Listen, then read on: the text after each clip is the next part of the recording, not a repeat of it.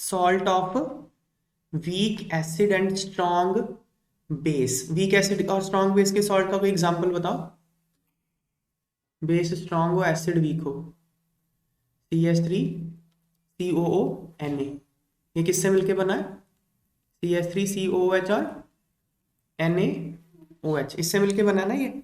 Acid weak है, base strong है, तो अगर वीक एसिड है उसको क्या होगा? उसका Ka होगा। स्ट्रॉन्ग बेस का तो कोई के भी होता नहीं है। Ka और Kb किसके होते हैं? वीक एसिड और वीक बेस के होते हैं, है ना। ओके, अब ये बताओ इसकी पीएच ग्रेटर देन 7 होगी या लेस देन 7 होगी? ये स्ट्रॉन्ग बेस और वीक एसिड है। बेस स्ट्रॉन्ग है तो ग्रेटर देन 7 होगी ना पीएच इसकी। तो इसकी पीएच का फॉर्मूला होता है हाफ PKW प्लस, प्लस होगा क्योंकि ग्रेटर देन 7 है, प्लस, ठीक है ना। क्या ऐड करोगे? जो है Ka है तो PKA प्लस लॉग C। ये C है कॉन्सेंट्रेशन ऑफ सॉल्ट। ये इसकी पीएच का फॉर्मूला होता है, समझ में आई बात? पीएच इज इक्वल PKW की वैल्यू होती है 14, 25 डिग्री सेंटीग्रेड पे। तो हाफ इंटू 14 प्लस समथिंग है, तो ये 7 से ज्यादा हो जाएगी इसकी पीएच। तो ये फॉर्मूले से क्वेश्चन होगा ये, देखो। The ionisation constant of nitrous acid is 4.5 into 10⁻⁴। Nitrous acid क्या है? एक वीक एसिड है। उसका आयोनाइजेशन कांस्टेंट उसका Ka दिया हुआ है, ठीक है। Calculate the pH of 0.04 molar sodium nitrite solution. Sodium nitrite क्या है? NaNO2। NaNO2 क्या है? किससे मिलके बना है? NaOH और HNO2 से मिलके बना है। NaOH क्या है? Strong base. HNO2 क्या है? Weak acid. तो NaNO2 क्या है? Salt of strong base and weak acid. इसकी कॉन्सेंट्रेशन आपको दे रखी है, ठीक है ना। तो पीएच पूछिए, डायरेक्ट ये फॉर्मूला लग जाएगा, half PKW plus PK plus log C। तो K भी पता है, कॉन्सेंट्रेशन भी पता, तो पहले ये फॉर्मूला से पहले पीएच निकालेंगे। देखो पहले तो पीके निकाला है, HNO2 का Ka इतना है तो pKa क्या होगा? Minus log of Ka, minus log of this. तो 45 इंटू 10⁻⁴ क्या लिख लिया? ये लिख सकते हो ना ऐसे, 45 को 3 इंटू 3 इंटू 5, और ये 10⁻⁵ हो जाएगा। फिर इसको स्प्लिट कर लो, log A into B into C क्या हो जाएगा? Log A plus log B plus log C. क्योंकि यहाँ माइनस, सब जगह माइनस हो गया। लॉग 3 की वैल्यू कितनी होती है? 0.8। लॉग 5 होता है 0.69 होता है, 0.7 लिख रखा है यहाँ पे, और ये तो 5 हो जाएगा ना। तो इसकी वैल्यू 3.34 आ गई, ठीक है। ओके, कॉन्सेंट्रेशन ऑफ सॉल्ट दे रखी है 0.04 मोलर, तो लॉग सी क्या होगा? लॉग 0.04, लॉग ऑफ लॉग 0.04 कैसे सॉल्व करोगे? 2 इंटू 2 × 10⁻⁴। तो इसको कैसे लिख सकता हूँ? Log 2 plus log 2 plus log 10⁻²। ये क्या हो जाएगा? log 2.3, ये भी 0.3, और ये क्या हो जाएगा? -2 बाहर आ जाएगा ना। -2 log 10 1 होता है, तो ये -2 बचा, -1.4। तो log C की वैल्यू -1.4, pK की value 3.34। Now NaNO2 is a salt of weak acid HNO2 and strong base NaOH। For salts of weak acid and strong base pH क्या होता है? Half PKW plus PK plus log C। ये formula आपको याद रखना है, और मैंने आपको बता भी दिया याद रखना कैसे है। 7 से ज्यादा होगी पीएच इसकी, तो कुछ प्लस ही करना पड़ेगा तभी 7 से ज्यादा होगा। PKW कितना होता है? 14। ये तो याद ही करना है, PKW 14 ही होता है 25 डिग्री सेंटीग्रेड पे। और ये हमने दोनों सॉल्व कर लिए, तो इतना आ गया, ठीक है ना। फर्स्ट पार्ट हो गया।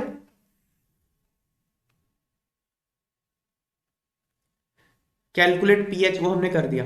फिर क्या है? डिग्री ऑफ हाइड्रोलिसिस निकालनी है, H डिग्री ऑफ हाइड्रोलिसिस, ठीक है ना।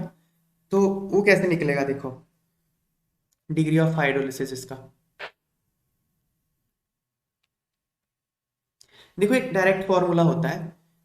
हाइड्रोलिसिस कांस्टेंट KH होता है KW/Ka, और डिग्री ऑफ हाइड्रोलिसिस √KH/C होता है। तो ये फॉर्मूले कैसे आए ये मैं बताता हूँ, ठीक है। जब आप NaNO2 को पानी में डालोगे तो क्या होगा? क्वेश्चन में ये पूछा है कि NaNO2 की डिग्री ऑफ हाइड्रोलिसिस बताओ। उससे पहले हम ये समझते हैं हाइड्रोलिसिस होता क्या है। तो आप जब NaNO2 को पानी में डालोगे तो क्या पता क्या होगा? NaNO2 प्लस, ये पहले तो टूट जाएगा, ये पहले टूट जाएगा। NaNO2 जो है वो Na प्लस और नाइट्रेट में टूट जाएगा। फिर जो नाइट्रेट है ना वो पानी के साथ रिएक्ट करेगा ऐसे, NO2 माइनस वाटर के साथ रिएक्ट करके HNO2 और OH नेगेटिव बनाएगा। इस प्रोसेस को बोलते हैं हाइड्रोलिसिस, हाइड्रोलिसिस ऑफ नाइट्रेट। समझ में आ गई बात? Na+ ऐसा नहीं करता बिकॉज Na+ स्ट्रॉन्ग बेस का कॉन्जुगेट है। हाइड्रोलिसिस पता है किनका होता है? उन एनायंस का या उन कैटायंस का जो वीक एसिड के कॉन्जुगेट होते हैं। समझ में आई बात? तो यहाँ पे वीक एसिड का कॉन्जुगेट कौन है? HNO2 वीक एसिड है, उसका कॉन्जुगेट नाइट्रेट आयन है, नाइट्राइट, सॉरी नाइट्रेट नहीं नाइट्राइट। तो नाइट्राइट का हाइड्रोलिसिस होगा, इसका होगा हाइड्रोलिसिस, इसका नहीं होगा क्योंकि ये स्ट्रॉन्ग बेस से आया है। समझ में आ गई बात है? मैं आपको इसका कॉन्सेप्ट थोड़ा और एक्सप्लेन करता हूँ। देखो मान लो इसका हाइड्रोलिसिस हो ही जाता है, NaOH प्लस H2 अगर हो गया, अगर हो गया तो क्या होगा? NaOH प्लस H प्लस, यही होगा ना, यहाँ से OH नेगेटिव चूस लेगा ये। अब NaOH क्या है? NaOH तो स्ट्रॉन्ग बेस है, स्ट्रॉन्ग बेस है मतलब क्या? It will be dissociated into Na plus and OH negative. तो हुआ क्या? कुछ हुआ तो है नहीं, और ये दोनों मिलके तो वाटर ही बना देंगे। ये तो स्ट्रॉन्ग बेस है ना, तो ये स्ट्रॉन्ग बेस का मतलब क्या होता है कि वो बनता नहीं है। स्ट्रॉन्ग बेस मतलब वो हमेशा डिसोसिएट ही कर जाएगा। लेकिन ये तो वीक एसिड है ना, ये वीक एसिड है, इसकी dissociation in H+ and nitrate क्या है? बहुत, नाइट्राइट क्या बहुत कम है। अगर ये डिसोसिएट बहुत कम कर रहे हैं मतलब ये फॉर्म ज्यादा हो जाएगा। समझ में आ रही है बात? मतलब NO2- अकेला नहीं बैठ सकता, ये अकेला बैठ सकता है Na+। ठीक है, ओके। तो ये हाइड्रोलाइज हो जाएगा। इसकी डिग्री ऑफ हाइड्रोलिसिस पूछी है, मैं बताऊं कैसे, क्या पूछा है। तो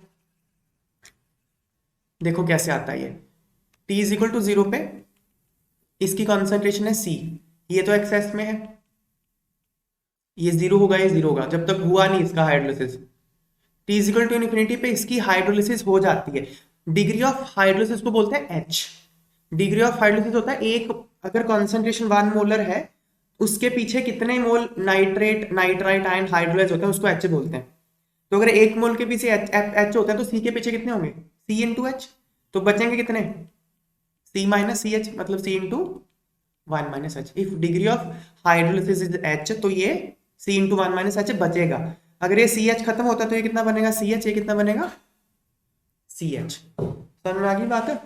तो इस प्रोसेस के इक्विलिब्रियम कांस्टेंट को क्या बोलते हैं? KH। ये जो प्रोसेस हो गई ना हाइड्रोलिसिस, इसके कांस्टेंट को बोलते हैं KH, हाइड्रोलिसिस कांस्टेंट। ठीक है, KH इसके इक्वल होगा concentration of HNO2 into concentration of OH minus divided by concentration of nitrite, CH into CH upon C into 1-H आ जाएगा, CH² upon 1-H। अब क्या होता है ना, नॉर्मली KH बहुत कम होता है, नॉर्मली ये बहुत ज्यादा कम होता है, इसलिए 1-H को 1 ले सकते हो आप। मतलब हाइड्रोलिसिस बहुत ज्यादा कम होता है, बहुत ज्यादा होता नहीं है।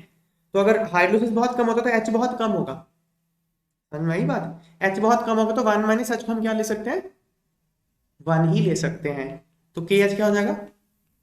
CH²। ये समझ में आ गई बात? तो H क्या आ जाता है? KH/C का 100। ओके, ये हमने पहले भी देखा था, अल्फा क्या था? K/C का रूट था ना, अल्फा रूट K/C, वही H हो गया KH/C, सेम ही है। ठीक है, तो ये फॉर्मूला आ गया, H=√ऑफ KH/C, ये मैंने यहाँ पे यूज किया है। ठीक है, अब दूसरा फॉर्मूला KH=KW/KA, ये कैसे आ गया? ये दिखाता हूं मैं। देखो देखो KH का एक्सप्रेशन ये था ना, KA क्या है? KA क्या, देखो HNO2 डिसोसिएट किस में होता है? H+ और NO2- में। इसका इसका इक्विलिब्रियम कांस्टेंट तो KA होता है, H+ into NO2- divide by HNO2, यही तो KA है। और KW क्या होता है? वाटर जो है वो इस तरह से टूटता है H+ और OH नेगेटिव में। इसका जो आयनिक प्रोडक्ट है KW क्या होता है? Concentration of H+ into concentration of OH-। यही तो होता है ना। अब आप देखो KW/KA करो, KW/KA करो जरा, क्या आ रहा है? This divide by this, H+ into OH- divide by H+ into nitrite into HNO2, यही आ गया ना, ये कट गया, ये देखो ये यही बन गया ना, KH ही बन गया ना। तो ये किसके इक्वल आ जाएगा? के एच के, तो के एच क्या होता है, के डब्ल्यू बाई के ए। नॉर्मली बताता हूँ, के डब्ल्यू की वैल्यू तो 10⁻40 नहीं होती है ना, और के की वैल्यू ना 10⁻5 10⁻4 इस रेंज में होती है। तो आप देखो ये किस रेंज में आता है, 10⁻9 की रेंज में आ जाता है, बहुत कम होता है के एच। तो हाइड्रोलिसिस बहुत कम होता है, इसलिए मैंने 1 माइनस एच को यहाँ 1 ले लिया। ये समझ में आ गई बात। तो बस ये दो फॉर्मूले हैं, ओके। के एच इज इक्वल टू के डब्ल्यू बाई के ए। अगर बेस होता तो के डब्ल्यू बाई के बी होता है, ठीक है ना। तो बस ये दो फॉर्मूला से आंसर आ जाएगा। ये तो मैंने डेरिवेशन बता दी, आपको करना इतना ही है, के एच इज इक्वल टू के डब्ल्यू बाई के ए, दैट्स इट। के ए गिवन था, के डब्ल्यू गिवन था, तो के एच आ गया। एच पूछा था क्वेश्चन में, सी भी गिवन है, देखो ना, सी गिवन है 0.04 सोडियम नाइट्राइट कॉन्सेंट्रेशन गिवन है ना, और के ए भी गिवन है, ये रहा सारा कुछ तो गिवन ही, एच पूछा है उसने। नहीं समझ आ रही बात है,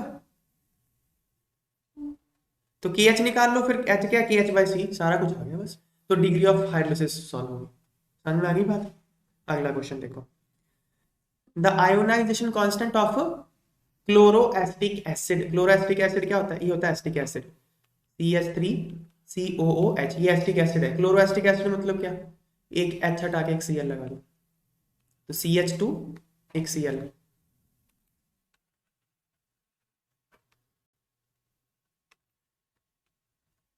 दिस इज क्लोरोएस्टिक एसिड। तो ये एक वीक एसिड है, organic acids are weak acids. तो एक वीक एसिड है, इसका क्या दिया हुआ आपको, के ए गिवन है 1.35 इंटू 10⁻³ इसका के ए गिवन है। पूछा क्या है, what will be pH of 0.1 molar acid, मतलब वीक एसिड की पीएच पूछी है, सिंपल क्वेश्चन है। तो जब आपको वीक एसिड की पीएच निकालनी होती है, आप क्या निकालते हो उसका, सबसे पहले के ए बाई सी निकालते हो, चेक करते हो के ए बाई सी की वैल्यू है क्या, है ना। तो क्या है देखो, 1.35 इंटू 10⁻³ क्या है इसका, के ए, सी कितना है 0.1, तो ये 10⁻², ये तो ग्रेटर देन हो गया ना, ग्रेटर देन 25 इंटू 10⁻4 हो गया ना, ये है कि नहीं। मतलब आपको पूरा ही कंसिडर करना पड़ेगा, 1 माइनस अल्फा को 1 नहीं ले सकते, ये हम कर चुके हैं ना, वीक एसिड की पीएच निकाला तो हम कर चुके हैं ना, तो पूरा ही करना पड़ेगा आपको। तो इसकी कॉन्सेंट्रेशन कितनी है पहले, 0.1, ये 0, ये 0, T is equal to infinity पे ब्रेक हो जाएगा, तो ये 0.1 इंटू 1 माइनस अल्फा बचेगा, ये 0.1 अल्फा 0.1 अल्फा, ये तो क्लियर हो रहा ना स्टेप। उसके बाद क्या है, के ए गिवन है this into this divide by this, point C alpha square upon 1 minus alpha ही आ गया ये। तो यहाँ पे आपको क्वाड्रेटिक सॉल्व करनी पड़ेगी, आप 1 माइनस अल्फा को 1 नहीं ले सकते, क्योंकि ये जो के बाय सी आया था ये ग्रेटर देन 25 इंटू 10⁻⁴ था, ये समझ में आ गई बात। तो ये पूरी क्वाड्रेटिक सॉल्व करके अल्फा आएगा, पूरी सॉल्व करनी पड़ेगी, अल्फा नेगेटिव तो हो नहीं सकता, तो पॉजिटिव वैल्यू ले लेनी है आपने अल्फा की। और कॉन्सेंट्रेशन ऑफ H प्लस क्या आएगा, सी अल्फा, सी गिवन है 0.1, अल्फा इतना आ गया तो इतना आ गया, फिर इसकी पीएच निकालो, ठीक है ना। PH minus log of H plus, इसका माइनस लॉग लेके 1.9 अप्रोक्सीमेटली 2 कर सकते हो आप इसको, 1.08 का लॉग नहीं निकाल पाओगे, इसको 10⁻² ही ले लो तो 2 ही आ जाएगा ना अप्रोक्सीमेटली, ठीक है। फर्स्ट पार्ट समझ में आ गया। फर्स्ट पार्ट तो वीक एसिड का केस था ना। अगला देखो क्या है, अगला पार्ट है इस टॉपिक से जो हम क्वेश्चन कर रहे हैं, उस टॉपिक से क्वेश्चन तो ये सेकंड वाला है। 0.1 मोलर सोडियम सॉल्ट सोल्यूशन, आपने इसका सोडियम सॉल्ट बना देना, इसका, इसकी कॉन्सेंट्रेशन कितनी है 0.1 मोलर। अब वो फॉर्मूला लग जाएगा, सोडियम सॉल्ट इसका क्या होगा, देखो ये क्लोरोएस्टिक एसिड, इसका सोडियम सॉल्ट का अच्छा हटा के यहाँ पे Na लगा दो, तो ये क्या हो गया, salt of weak acid and strong base हो गया, है ना। Na तो स्ट्रॉन्ग बेस ही होता है ना, तो बस सीधा फॉर्मूला लग जाएगा।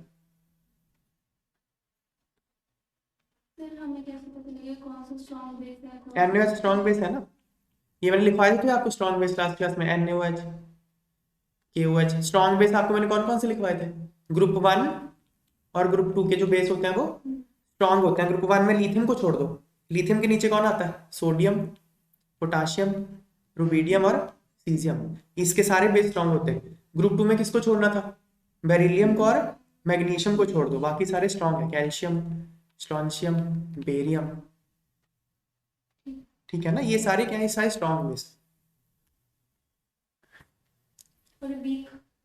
इसके अलावा आ गया वीक है, ये स्ट्रॉन्ग याद रख लो आप, एसिड मैंने 6 बताया था आपको स्ट्रॉन्ग, H2SO4, HNO3,